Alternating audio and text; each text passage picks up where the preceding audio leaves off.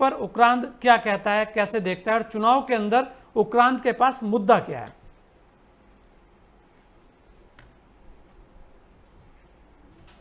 चुनाव के अंदर अगर किसी के पास मुद्दा है तो उक्रांद के पास ही है। और उक्रांद ने आज नहीं 80s में ही उत्तराखंड का मॉडल दे दिया था।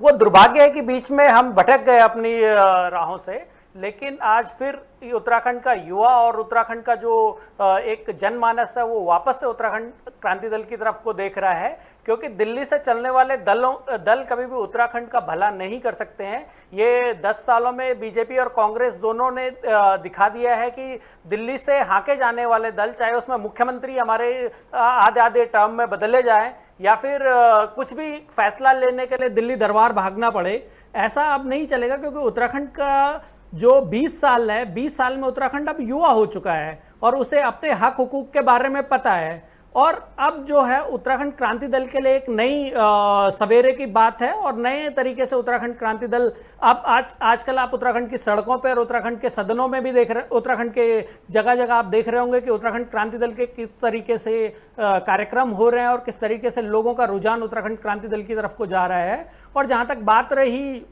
उत्तराखंड के विकास की और उत्तराखंड को संवारने की, तो 80s में ही स्वर्गीय डॉक्टर डीडी पंत जी द्वारा और हमारे जो बड़े नेता हैं उनके द्वारा जो है 80s में ही हमें उत्तराखंड मॉडल दे दिया था, जहां पे हेल्थ, एजुकेशन, टूरिज्म, एग्रीकल्चर और जो छोटे कुटीर उद्योग के थ्रू उत्तराखंड की इकोनॉमी को हम कैसे आगे बढ़ाएंगे, इसका सारे पूरा डिटेल खाका हम 80s में ही दे चुके हैं। हाँ, जरूरत है, आपकी बात बिल्कुल सही है कि बीच में उत्तराखंड क्रांति दल जो है उससे युवा हट गए थे, उसकी सेकंड लाइन लीडरशिप नहीं थी। लेकिन अब अगर आप देखोगे आज के दौर में, अगर आप उत्तराखंड क्रांति दल को देखोगे तो पूरा ही उत्तराखंड क्रांति दल का कायाकल्प हो चुका है और ये आपको अगले आने वाले इलेक्शन में मेरे हिसाब से जरूर देखने को मिलेगा। आपने खड़े किए हैं और इनका जवाब भी लेंगे। मैं डॉक्टर पंकज, क्योंकि लगातार यहाँ बात पर्यटन, पलायन और ये शब्दों की बहुत बार होती है, हर डिबेट में पलायन तो जरूर गूंजता है और ये लगातार गूंजता आ रहा है। आज हम देखें तो आपको क्या लगता है, क्योंकि सरकारों में आप भी शामिल रहे हैं, क्यों 20 वर्षों में भी उत्तराखंड का जो विकास होना चाहिए था वो विकास नहीं हुआ? वो चूक कहाँ हुई? हर बार ये एक सवाल खड़ा रहता है, हर कोई कहता है हमने सब काम करा दिए, हमने बहुत कुछ करा दिया, लेकिन जब बैठते हैं तो फिर आरोप प्रत्यारोप और यही रहता है कि पलायन हो रहा है, पुल नहीं है, रोड नहीं है, फिर वही सारी बातें आती हैं। आखिर चूक कहां हुई? क्योंकि इसमें उक्रांद खुद सत्ताओं में शामिल रहा है।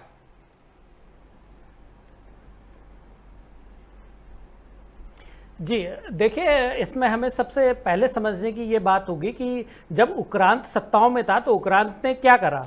उक्रांद जब सत्ताओं में था तो माननीय दिवाकर भट्ट जी जब कैबिनेट मिनिस्टर थे तो दिवाकर भट्ट जी ने जो है वो भू कानून लाया था ताकि उत्तराखंड के अंदर जो बाहर की जहां भूमाफिया हैं, भूमाफियाओं के कब्जे में न जाए और कोई इंडस्ट्री लगाए या कुछ हिमाचल की तर्ज पे, जैसे हिमाचल प्रदेश है, हिमाचल प्रदेश और उत्तराखंड में लगभग एक समान भौगोलिक परिस्थितियां हैं। हिमाचल का जो भू कानून था उस भू कानून को इंट्रोड्यूस करने की काम करा है दिवाकर भट्ट जी ने। दूसरा, 2 रुपए किलो गेहूं और 3 रुपए किलो चावल जब दिवाकर भट्ट जी के कार्यकाल में हुआ है, चाहे आप राजस्व पुलिस जो थी, राजस्व विभाग जो पटवारियों का रिफॉर्म करने का काम हुआ है वो दिवाकर भट्ट जी ने करा है। देखो, जब उपलब्धियों पर आ गए डॉक्टर पंकज, आप भी उपलब्धियों पर जितना भी सत्ता में भागीदारी मिली है, देखिए मैं आपको बता रहा हूं, आप ये बोल रहे हैं कि उत्तराखंड क्रांति दल सत्ताओं में था तो उत्तराखंड क्रांति दल ने क्या करा, तो उसकी अकाउंटेबिलिटी मैं आपको बता रहा हूं। दूसरी बात, रही बात पलायन की, तो पलायन मुश्किल से 3 चीजों से रुक सकता है। जो हमारा गढ़वाल मंडल विकास निगम और कुमाऊं मंडल विकास निगम इन्होंने सफेद हाथी करके छोड़ दिया गया है, अगर उसके ऊपर काम होगा तो वहां पे हमारा पलायन बहुत सारा रुक सकता है। अगर आप स्टैटिक्स उठाएं तो उत्तराखंड के एक बड़ी जो मेजॉरिटी है वो होटलों में या आर्मी में जाती है। तो अगर हमारे यहाँ पे ये रिसोर्ट्स डेवलप हो जाते तो उन रिसोर्ट्स में हमारे लोग रुक सकते थे। दूसरी बात, वो विनय गोयल जी बता रहे थे, वो बड़े सम्मानीय हैं, उम्र में भी बड़े और तजुर्बेदार नेता हैं, वो बता रहे थे कि बीजेपी ने बहुत काम करा। हाँ, बहुत काम करा, क्योंकि मसूरी रोपवे में उन्होंने सिफन कोट के 84 परिवार जो उत्तराखंड के मूल निवासी हैं उन लोगों को उन्होंने बेघर करने का काम करा पिछले कोरोना काल में।